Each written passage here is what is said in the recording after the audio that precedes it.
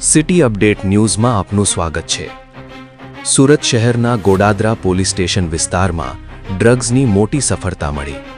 Godadara Gyanjyot school સામે આવેલા Priyanka mega city સોસાયટીના મકાનમાંથી 459 ગ્રામ ગેરકાયદેસર અફીણ અને અન્ય મુદ્દામાલ પકડી પાડવામાં આવ્યો, જેમાં કુલ કિંમત લગભગ ₹2,75,760 છે।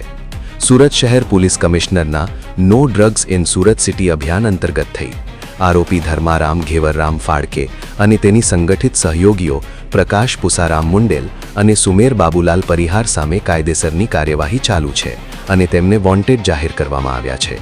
પોલીસે કહ્યું કે પેટ્રોલિંગ અને વિશ્વસનીય બાતમીદારોની મદદથી આ ઝડપમાં સફળતા મળી। સુરતમાં ડ્રગ્સ સામે પોલીસની કાર્યવાહીઓ ચાલુ। City update news Sufiyan Mulla. જોડાયેલા રહો, કારણ કે હવે શહેર નહીં સમગ્ર દેશ કહેશે, આ છે સિટી અપડેટ ન્યૂઝ।